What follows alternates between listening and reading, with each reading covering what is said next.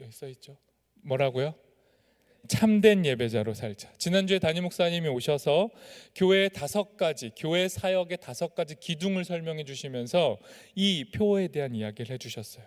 교회에는요 공통적인 5가지 기둥이 있습니다. 그게 뭐냐면 예배, 선교, 교육, 친교, 봉사예요. 우리가 뭘 하든 이 5가지로 하는 겁니다. 청년부도 동일해요. 그 중에 올해 우리 교회는 저 예배에 집중하는 것을 목표로 잡은 겁니다. 여기에 발맞춰서 그럼 청년부는 어떻게 참된 예배자로 살 것인가, 청년부 목회자로서 제가 고민했어요. 그리고 하나님이 저에게 주신 응답이라고 여겨질 하나의 표어를 잡았습니다. 그게 뭐였냐면 길 위에서 질문하는 청년이었어요. 길 위에서 질문하는 청년으로서 올해 예배하는 겁니다. 길 위에서 질문하면서 동계 수련회를 하는 거예요. 길 위에서 질문하면서 올 한 해 이루어질 청년부의 모든 활동을 해보는 겁니다. 동아리가 됐건 예배가 됐건 수련회가 됐건 그 무엇이든 이 표 위에서 한번 해보기를 원하는 거예요. 연말이 지나고 연초입니다. 그래서 너나 없이 다 바빠요. 그런데 우리 청년부는 정말 더 바빠요. 여러분이 느끼셨는지 모르겠지만 작년 연말과 올해 연초는 정말 역대급으로 뭔가 많았어요. 청년부 안에서 정말 활발하게 뭘 했습니다. 여기저기서 분주하게 그리고 열심히 다들 뛰어다니고 있어요. 그 중심에 선 사람들이 있는데요, 임원들하고 준비팀입니다. 이들이 정말 뛰어다녀요. 여러분이 느껴지실지 모르겠지만 저는 정말 왕창 느껴지거든요. 왜냐하면 이분들 때문에 생긴 톡방이 정말 어마어마하게 많은데 톡방이 쉬질 않아요. 정말 잠을 안 잡니다, 이 사람들. 그래서 제가 월요일, 제 유일한 휴일 월요일에 여기까지 쌓여가지고 터질 뻔했어요. 아니 여러분, 휴일엔 쉬어야죠. 부장님 이거 너무하신 거 아닙니까? 이거 공지사항 이거 일할 때 던지세요. 이렇게 말하려다가 그러면 안 되지. 그래서 착한 마음으로 참았는데 결국 또 이렇게 설교 때 얘기해 버렸네요. 아무튼 그 정도로 뛰어다닙니다. 과부하 상태. 심지어 과장 아니고요, 이 청년들 중에 또 중심에 선 한 명은 이 교회 일하다가 몸살 나서 연차 쓰고 링겔 맞았대요. 제가 좀 화가 났습니다. 이러면 끝까지 못 가잖아요. 중간에 이거 쓰러지면 어떡합니까? 그래서 다시는 아프지 말라고 제가 부탁을 드렸는데 이 정도로 정말 뛰어다니고 있습니다. 그런데 여러분, 중요한 게 있어요. 이들이 왜 이렇게 열심히 하며 우리가 함께 이들과 왜 열심히 뭔가를 하려고 하죠? 이유는 오직 하나입니다. 길 대신 예수 그리스도께 질문하고 그분을 좀 더 알기 위해서예요. 새롭게 그분을 알기 위해서 이러는 거예요. 그런데 여러분, 제 안에 있는 깊은 염려는 뭐냐면 마구마구 길 위에서 뛰어다니다가 이 길 대신 예수님을 놓친다면, 우리의 마음과 중심과 감각과 감정과 생각과 목표가 예수 그리스도가 아닌 다른 것들로 분산되어 버리고 흩어져 버린다면 우리는요, 길 위에서 질문하며 길 대신 예수님 찾다가 길을 잃어버릴 수도 있어요. 그래서 여러분, 특히 중심에 서신 임원과 또 수많은 준비팀으로 자원하실 여러분, 길을 잃으시면 안 됩니다. 뭘 해도 좋은데 길을 잃으시면 안 돼요. 제 역할은 뭡니까? 여러분이 정신 못 차리고 균형을 못 잡을 것 같을 때 길잡이 할 겁니다. 정신 차리라고, 일 그만하라고, 막 이제 찬물을 끼얹는 거죠. 그만 좀 하라고, 교회 오지 말라고, 뭐 이런 말. 여러분, 서로에게 진심으로 새해에 복을 담아서, 마음을 담아서 이렇게 인사했으면 좋겠습니다. 여러분 옆에 여러분 살펴보세요. 이렇게 인사하겠습니다. 잘 걸어갑시다. 2번씩 얘기해 주세요. 또 이렇게 얘기해 주세요. 길 대신 예수님 따라갑시다. 여러분, 우리가요 살면서 누군가 만나는 건요 매우 중요합니다. 근데 여러분, 누군가를 만난다는 건 매우 중요할 뿐만 아니라 우리 인생에서 결정적으로 중요해요. 그건 정말 제 인생으로 제가 체험하고 확신하는 바입니다. 누구를 만나느냐가 결정적이에요. 왜냐하면 만남은요, 질문을 불러일으켜요.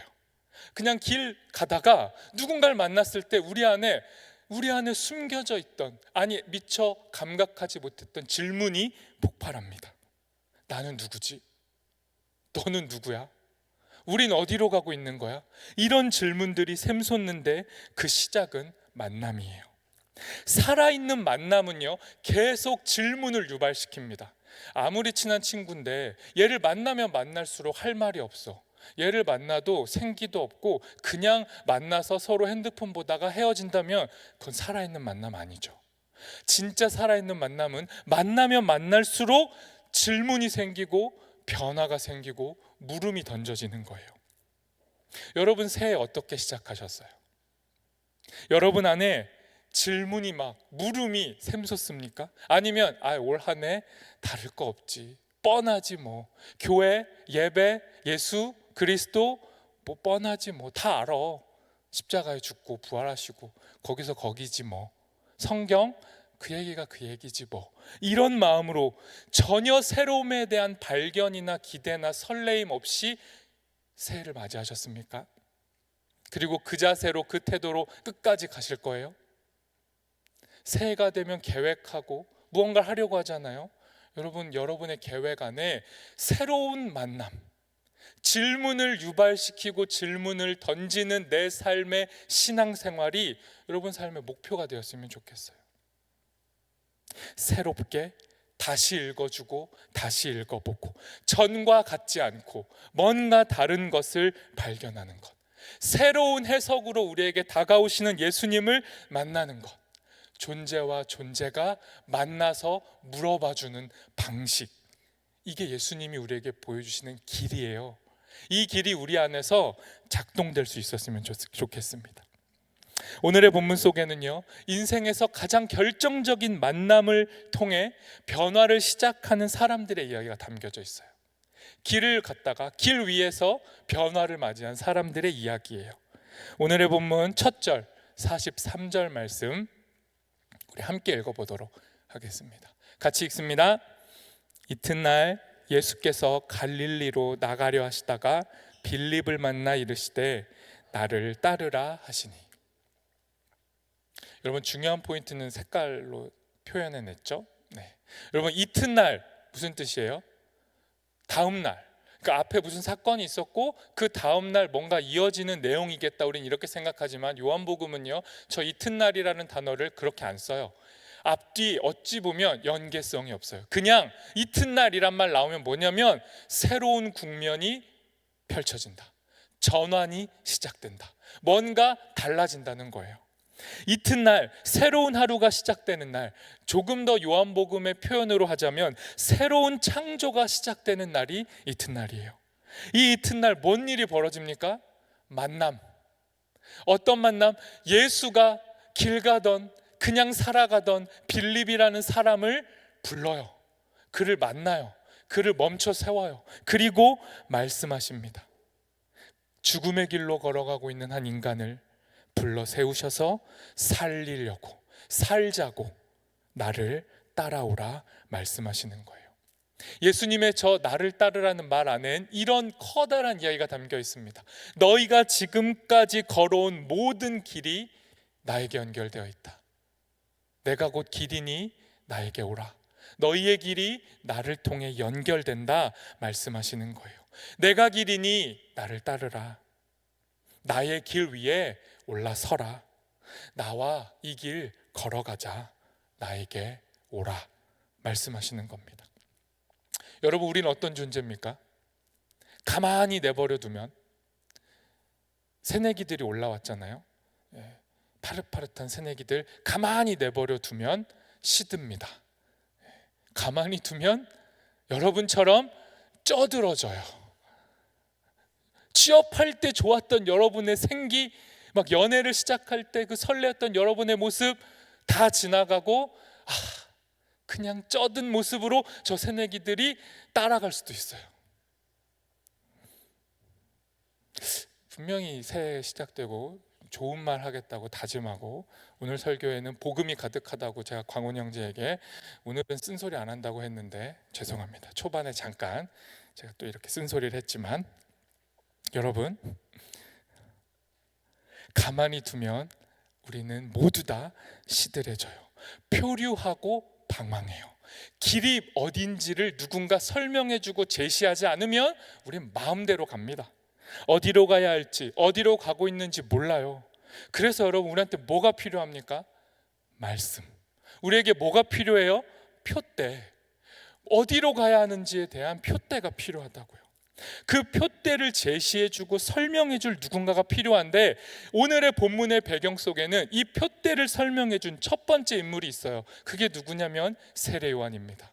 세례 요한이 자기를 따르던 수많은 제자들에게 진짜 길이 나타났으니 그 길로 가 하고 표대를 넘겼어요. 그 표대는 누굽니까? 예수님. 예수님에게로 자기 제자들을 보냅니다. 그리고 그 예수님을 따라서 이제 예수님을 따라가겠다고 했던 사람들 중에 한 사람이 누구예요? 오늘 본문 바로 앞에 등장한 안드레입니다. 안드레가 길이신 예수님 만나고 바로 자기 형에게 달려가서 자기 형, 장차 성경 속에 큰 인물이 될 베드로 동생이 안드레예요. 안드레는 베드로 찾아가서 형, 드디어 만났어. 드디어 우리가 찾던 길을 만났어. 가보자 하고 형을 전도해요. 그리고 베드로, 안드레가 예수님 제자가 됩니다. 그 다음 장면에서 오늘 예수님이 누구를 불러요? 빌립을 부른 거예요. 빌립, 너도 나 따라와. 그랬다가 빌립이 예수님을 만난 다음에 뭐 했냐면 친구 나다나엘을 전도해요.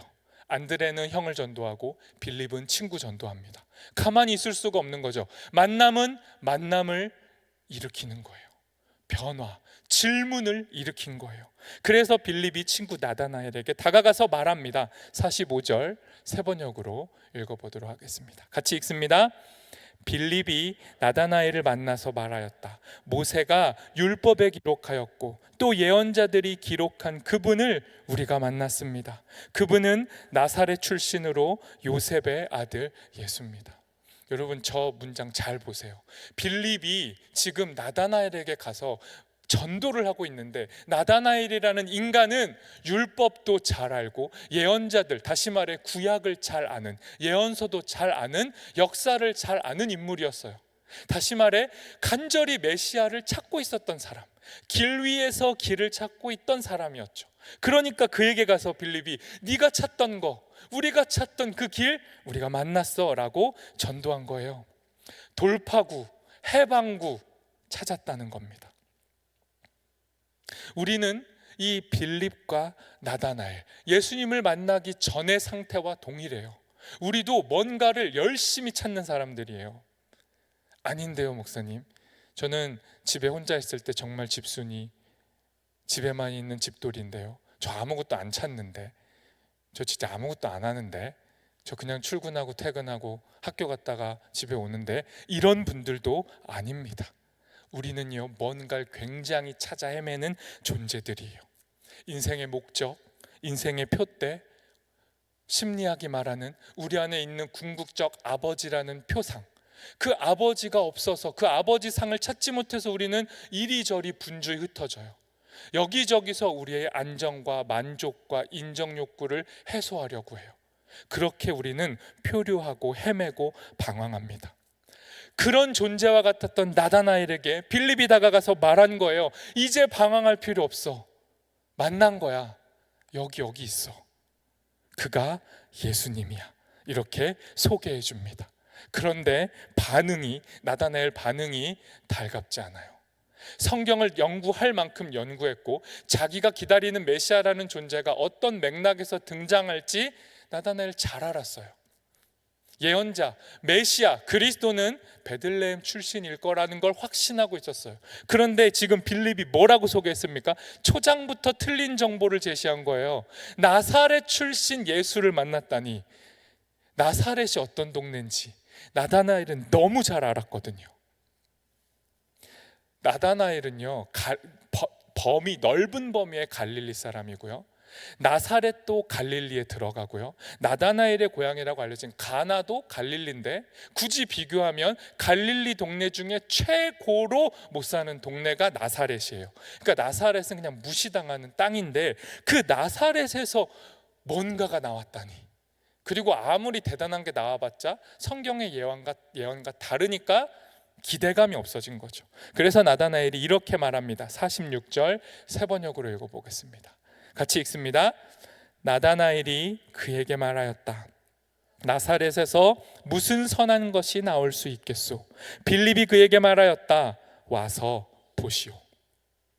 나다나엘은 확신했어요. 자기 정보, 자기 편견, 자기 주장, 자기 인생의 경험이 확실했다고요. 그러니 나사렛에선 선한 게 나올 수 없다고 당당하게 말한 겁니다. 의심했고 믿지 않았고 오히려 조롱했던 것이죠. 그런데 빌립은 끄떡하지 않아요. 너의 반응 알겠는데 그냥 와서 봐봐. 그냥 예수를 봐봐, 만나봐, 이렇게 소개합니다. 그리고 이어지는 47절이 이렇게 이어집니다. 새 번역으로 같이 읽어보겠습니다. 예수께서 나다나엘이 자기에게로 오는 것을 보시고 그를 두고 말씀하셨다. 보아라, 저 사람이야말로 참으로 이스라엘 사람이다. 그에게는 거짓이 없다. 나다나엘은 나사렛에서 뭔 선한 게 나와 하고 무시했는데 그 바로 뒤에 이어서 예수님이 그 나다나엘을 보고 이렇게 말씀하신 거예요. 저 사람이야말로 진짜 이스라엘 사람이다. 저 안에 거짓이 없다. 이렇게 말해준 거죠. 예수님 지금 뭐 한 겁니까? 나다나엘의 겉 표피를 보신 게 아니라 나다나엘의 내면을 꿰뚫어 보셨어요. 나다나엘 안에 겉으로는 지금 냉소하고 조소하고 있지만 그 안에는 진짜 길을 찾는 열망이 있었고 그 안에 그 열망에는 숨겨진 것 거짓이 없었고 허세가 없었어요. 정말 길을 찾고 싶어한 사람이었어요. 그래서 예수님이 그에게 말씀하신 거예요. 저 안에 거짓 없어. 저 사람 진짜야. 저 사람 찐이네 라고 말씀하신 겁니다. 나다나엘, 이름의 뜻이 뭘까요? 맞춰주십시오. 상품 드리겠습니다. 나다나엘, 힌트, 엘은 하나님. 기대하지 않았습니다. 맞추실 거라는 것. 나다나엘, 하나님이 주셨다 이거예요. 맞추신 겁니까? 아니죠? 전혀 안 맞췄죠? 하나님의 선물이란 뜻이에요. 나다나엘은 그런 존재였어요. 근데 예수님이 지금 그의 이름을 부르시면서 그의 이름을 풀이해 주신 거예요. 나다나엘아, 너는 정말 하나님이 주신 존재야. 나에게 다가오는 너는 선물 같은 존재야. 너는 비천한 갈릴리 출신 가난한 어부에 속하는 별 볼 일 없는 인생, 의심하고 조롱하는 그런 얕은 존재가 아니야. 너는 하나님이 주신 선물 같아. 그런 너가 나에게 다가오고 있네. 내가 너를 본다. 내가 너를 본다. 성경 요한복음의 본다는 지금 본다가 아니에요. 시간이 중첩돼 있어요. 과거부터 현재, 미래까지 꾸준히 보는 거예요. 예수님은 빌립도 나다나엘도 그들의 과거도 현재도 미래도 계속 보신 거죠. 지금 나다나엘이 예수에게 조롱하고 의심하면서 질문하면서 다가올 때도 바라보시는 거예요. 예수님, 너 진짜예요? 너 정말 나 구원해요? 예수, 당신 정말 해방자입니까? 질문 아닌 질문이지만 의심인 그 뼈아픈 말을 들고 올 때도 예수님은 그를 보시면서 너는 이스라엘이야. 너는 진짜 선물 같은 존재야 라고 말씀해 주신 거예요.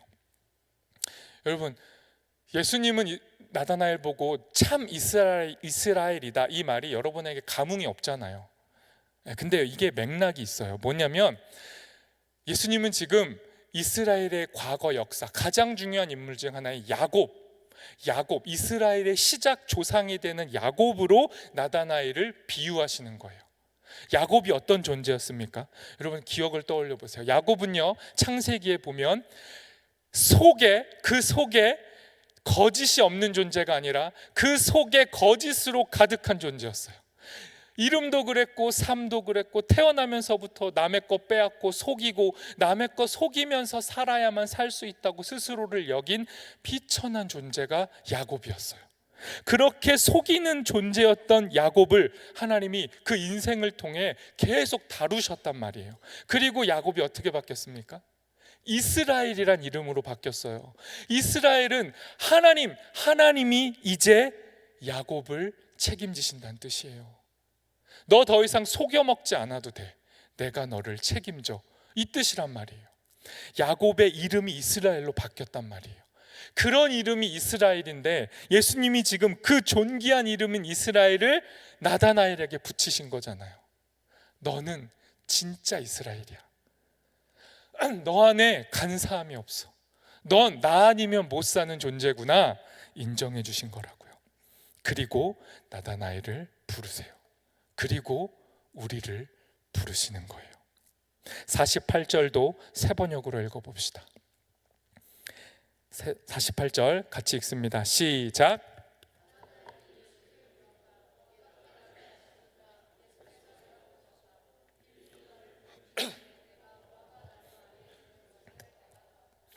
여러분 요한복음 읽어보셨습니까? 성경? 이거 여러분 조롱하거나 무시하는 게 아닙니다. 읽어보셨어요? 읽으시다가 혹시 이 본문 보셨다면 이거 무슨 말인지 이해가 되셨습니까? 굉장히 수수께끼 같은 말이거든요. 나다나엘의 이름을 진짜 이름을 불러주시니까 나다나엘이 뭐라고 합니까? 날 어떻게 알아요? 아니 세상 사람도 꿰뚫어보지 못하는 내 이름을 당신이 어떻게 알아요? 물어봐요. 이건 뭡니까? 당신 도대체 어떤 존재길래 나를 안다는 거예요? 예수님에 대한 질문이 터진 거죠. 길 위에 질문하는 청년 나다나엘 질문하는 거예요.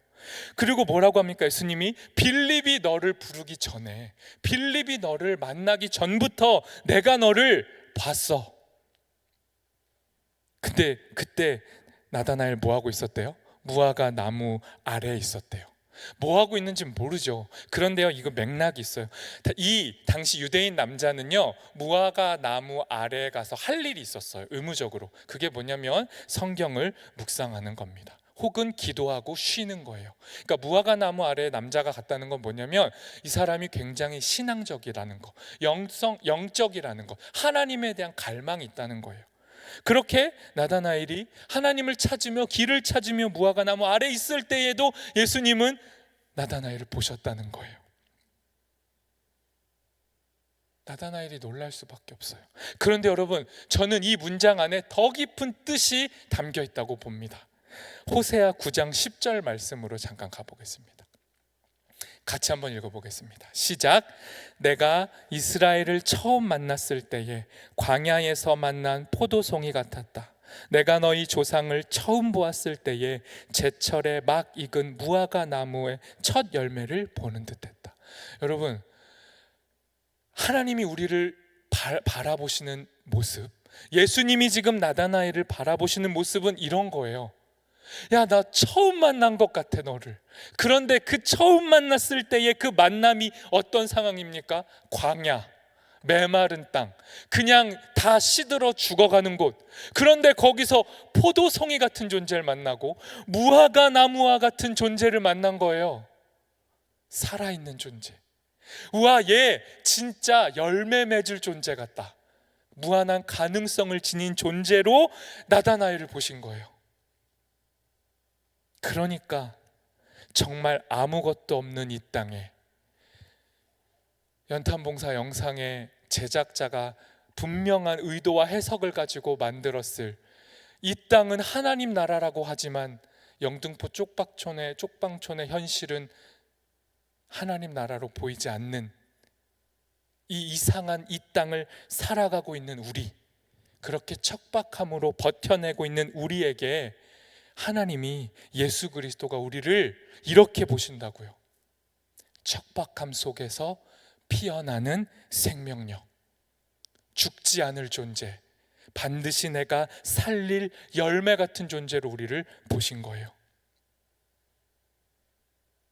그랬더니 드디어 조소하고 의심하고 질문, 약간 어긋난 질문을 막 던졌던 나다나엘이 드디어 이렇게 말합니다. 49절 세 번역으로 고백해 보도록 하겠습니다. 같이 읽습니다. 나다나엘이 말하였다. 선생님은 하나님의 아들이시오 이스라엘의 왕이십니다. 나다나엘이 이제 고백하는 거예요.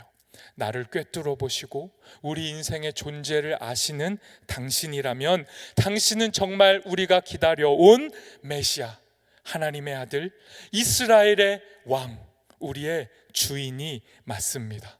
이렇게 고백하는 거죠.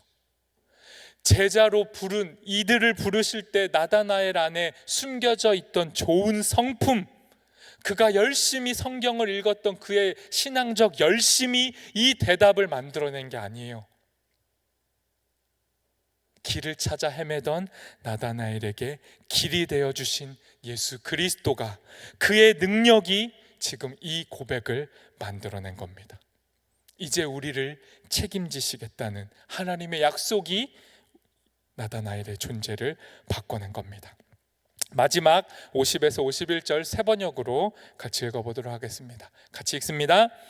예수께서 그에게 말씀하셨다. 내가 무화과 나무 아래 있을 때에 내가 너를 보았다고 해서 믿느냐? 이것보다 더 큰 일을 내가 볼 것이다. 예수께서 그에게 또 말씀하셨다. 내가 진정으로 너희에게 말한다. 너희는 하늘이 열리고 하나님의 천사들이 인자 위에 오르락 내리락 하는 것을 보게 될 것이다. 여러분, 이 구절, 마지막 구절인데 한 번 더 물어보겠습니다. 여러분, 이 구절 이해되십니까? 이해 안 되는데 그냥 쓱 넘어갈 거예요? 지금까지 성경 그렇게 읽으셨습니까? 질문해 봐야죠. 올해는 더더욱 성경 읽다가 질문해 보십시오. 여러분, 감격에 복받쳐서 예수님을 그리스도로 고백하는 나다나엘에게 예수님 뭐라고 합니까? 나다나엘아, 여기서 끝 아니야. 너 이제 나를 알아봤지? 너 이제 나 따라올 거지? 너 내 제자가 될 건데 나를 따라오는 그 길을 계속 걸으면 더 큰 거 볼 거야. 지금 다 본 거 아니야. 너는 너의 조상 이스라엘, 너의 조상 야곱이 보았던 환상, 야곱이 척박한 땅에서 아무것도 의지할 것 없을 때 하늘이 열리고 천사들이 오르락 내리락 하는 것을 보고 위로를 얻었듯이 너희들도 이 땅에서 혼자 있는 게 아니라 땅과 하늘이 연결되는 것, 척박한 이 땅이 끝이 아니라 하늘이 연결되어 있는 것, 그래서 우리 안에 믿음의 눈이 열리면 소망이라는 게 생긴다는 걸 더더욱 보게 될 거야. 제자라는 길은 더 큰 걸 보는 길이야 라고 마지막으로 설명해 주신 겁니다. 그리고 우리에게 말씀하시는 거예요.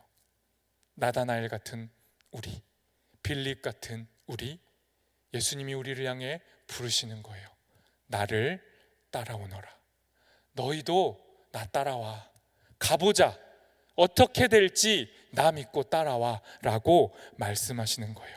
나 따라오면 더 큰 거 볼 거야 라고 말씀하시는 겁니다. 설교를 마치고 정리하면서 적용으로, 그럼 이 따라오라는 주님의 말씀에 어떻게 반응해야 할지 세 가지 우리의 태도를 이야기하고 설교 마치겠습니다. 이제 여러분이 동의하시고 만약 예수님을 따르시겠다면, 올 한 해 예수님 따라가 보시겠다면 이렇게 세 가지 태도로 갔으면 좋겠어요. 첫 번째, 여러분, 우리가 서로가 서로에게 질문이 되어주는 거예요. 여러분, 이 길은요 혼자 가는 거 아닙니다. 같이 가는 건데 첫 번째, 질문이 되어주는 거예요. 서로에게 물음이 되어주는 겁니다. 열심히 길 가는데 그리스도를 향한 집중과 중심이 흩어져 있는 사람이 보인다면, 야, 너 그러면 안 돼 라고 깨워주는 겁니다. 이 길 우리가 가는 거 아니잖아. 주도권이 하나님께 있잖아. 그분 따라가자 말해주는 거예요. 어쩔 때는 정신 못 차리면 도발적인 질문도 던져주세요. 정신 차려. 이렇게 살면 안 되잖아. 깨우쳐 주시고 망치로 그 사람의 존재에 돌을 던지세요. 깨주시라고요. 그리고 그와 함께 걸어가는 겁니다. 같이 깨워주고 질문해주고 예수님을 따라가는 거예요. 두 번째 태도는 뭐냐면요, 혼자 가지 마세요. 혼자 열심히 그래 내가 이번 한 해 달린다 그러지 마시고 함께 가는 겁니다. 왜냐하면 그리스도를 따라가는 길은 본질상 혼자 가는 게 아니에요. 같이 가야 됩니다. 같이 간다는 뜻의 단어가 뭡니까? 교회예요. 여러분 교회 다니잖아요. 여러분 교회로 살잖아요. 그 말이 뭐예요? 혼자 안 걸어가겠다는 거예요. 연결해 있다는 걸 인정하세요. 안드레가 베드로에게, 빌립이 나다나엘에게 길을 제시하였듯이 우리는 서로가 서로에게 길이 되어주고 길을 찾아가고 길에서 흔들릴 때 일으켜 세워주며 길이신 예수님 따라가는 겁니다. 마지막 세 번째, 이게 중요한데요, 예수님 따라가실 때 균형을 이루셔야 돼요. 청년들이기에 다시 한번 강조합니다. 균형을 이루세요. 청년이라 균형을 놓칠 때가 너무 많아요. 어른이라면 진짜 어른은 어떤 어른입니까? 흔들리지 않는 사람, 중심을 잡으신 분들. 그래서 툭툭 던지는 말에도 우리가 가야 할 길이 희미하게 보이는 분들이 어른인데, 청년들은 혈기가 있고 에너지가 있으니까 냅다 달리기 시작하면 좌우중에 극단으로 뛸 때가 있어요. 자기도 모르게. 그러니 여러분, 내가 어느 길로 뛰고 있는지 돌아보시고 서로가 서로를 비춰주세요. 얘가 너무 좌클릭 좌쪽으로 가면 오른쪽으로, 너무 오른쪽으로 가면 왼쪽으로. 이런 거죠. 여러분 동아리 시작됐고요. 동아리 정말 세상 이런 좋은 동아리가 어디 있습니까? 우리 안에 여러분이 여러분의 필요, 여러분의 가치관, 현재 여러분의 고민을 담아내서 동아리를 설정하셨잖아요. 그러면 그 동아리를 함께 할 때 이러지 마세요. 동아리랑 신앙생활, 동아리랑 영적 활동, 동아리와 말씀 나눔, 이렇게 이원하지 마세요. 세상에 그런 게 어디 있습니까? 그런 거 없습니다, 여러분. 우리는요, 언제든 모양을 자유자재로 바꿀 수 있는 모임을 만들어 가야 돼요. 예수 그리스도라는 길이 우리의 모임의 중심이라면 그 예수 그리스도를 통한 모든 건 다 바뀔 수 있습니다. 다양해도 돼요. 교회를 넘어서도 돼요. 일상이라는 삶, 더 큰 부르심의 자리인 우리의 삶을 살아갈 충분한 실전 연습을 하는 자리가 동아리, 제자훈련, 양육 모임, 예배, 교회의 모든 활동인 거죠. 그러니 주님을 배우는 건 특별한 양육 시간에만 배운다는 생각을 정리하십시오. 동아리 안에서, 성경 모임 안에서, 그 어떤 것 안에서도 우리는 예수 따라가는 거예요. 그렇게 변환 가능하게 균형을 잡고 모임해 주세요. 동아리 활동에도 신앙적 나눔을 담아내시고, 신앙적 나눔 안에도 서로의 필요를 담아내시고, 언제 어디서든 너희들의 모임의 정체가 뭐야? 외부에서 볼 땐 요리 만드는 모임 같은데 또 깊이 들여다보면 예수 그리스도를 향한 마음으로 뭔가를 하는 사람들, 그런 존재가 되어주십시오. 그러니 여러분, 분열되지 마시고 흩어지지 마시고 쉽게 판단하지 마시고 대화하세요. 질문하세요. 물어봐 주세요. 모르면 더 많이 물어봐 주세요. 다 아는 것 같아도 물어보세요. 쉬운 일 아닌데, 어려운 일인데, 힘든 길인데 양극단을 선택하는 건 쉬운 겁니다. 가운데 길로 걸어가는 건 어려운 길. 그 길 우리가 함께 갔으면 좋겠습니다. 우리는 그런 존재로 부름받았어요. 좁은 길, 십자가의 길, 예수 그리스도를 뒤따르는 길, 그 길로 올 한 해 함께 걸어가는 우리 모두 되었으면 좋겠습니다.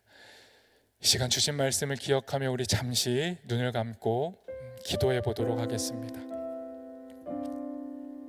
하나님, 우리는 어떤 길을 걸어왔습니까? 우리가 지금까지 과거에 걸어온 길은 어떤 길이었습니까? 하나님, 우리는 지금 어떤 길을 걸어가고 있습니까? 하나님, 우리가 걸어가야 할 길은 무엇입니까? 여러분, 질문하십시오. 내가 어디쯤 있는지, 우린 어디를 향해 가는지 질문하십시오. 그 질문 속에 예수 그리스도 참된 길, 그 길 위에 서게 되기를 소망해 보십시오. 그리고 예수 그리스도라는 그 길 위에서 다시 마음껏 질문하십시오. 고정되지 마시고, 화석화되지 마시고, 생기를 잃어버리지 마시고, 다 아는 것처럼 살지 마시고, 기대감 없이 살지 마시고, 예수 그리스도께 묻고 또 묻고 그렇게 예수를 따라가게 해주십시오. 기대하며 이 시간 함께 기도하겠습니다.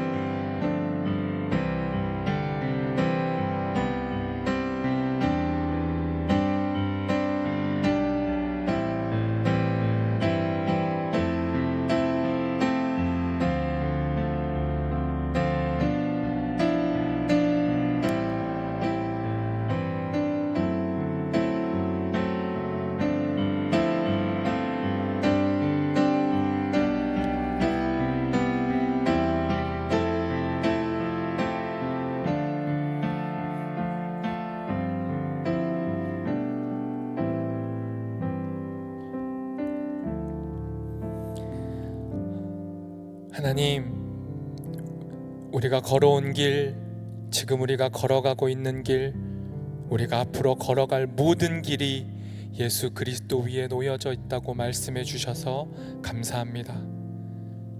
우리가 우리의 길을 스스로 판단하거나 조롱하거나 부끄러워하거나 감추려 하지 않게 하시고, 우리를 선물 같은 존재라 말씀해 주시는, 우리를 푸릇푸릇한 생명력 넘치는 열매라고 불러주시는 주님의 부르심에 응답하게 하셔서 기꺼이 열려진 이 길, 더 넓은 길, 더 큰 일을 볼 길, 이 길 따라 걸어가게 해주십시오. 예수 따라가는 길 결코 쉽지 않고 척박하고 힘겹고 눈물 나는 길이지만, 그럼에도 이 길 안에 담겨진 행복과 감사와 기쁨을 발견하며 끝까지 함께 이 길 걸어가도록 우리를 인도해 주십시오. 우리의 길이 되신 예수님의 이름으로 기도합니다.